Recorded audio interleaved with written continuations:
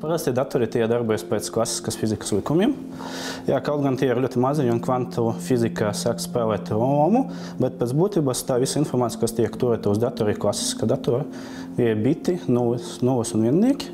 Jā, un tā problēma, ar ko nodarbojas mūsu grupā, ir kospējas datori, kas darbojas fundamentāli pēc kvantu pasaules likumiem, ja, un kas nevis pieglabā informāciju klasiski, kā 0 un 1, bet pieglabā informāciju kvantiski, izmantojot tā saucamas amplitūdas, un izmantojot tās efektus kā interference, viļņu interference, lai panāktu un atrisinātu dažādus uzdevumus ātrāk nekā spēj parastais dators.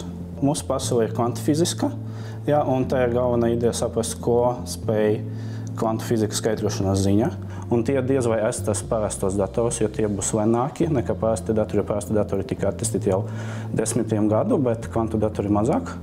Bet mūsu uzdevums ir tieši saprast tās problēmas, kur kvantu datori var būt noderīgi. Ja, un tātad vienkārši, lai tiem kvantu datoriem, kad tie atnāks, būtu kaut kādi pielietojumi. Viena lieta, kas ir interesanta, ir kriptogrāfijas sarežģītība, jo kvantu datori, viņi spēj uzlauzt lielāku daļu no publiskas atsaugas kriptogrāfiem, kas tiek pielietotas šodien, teiksim, internetbanka un tādas lietas.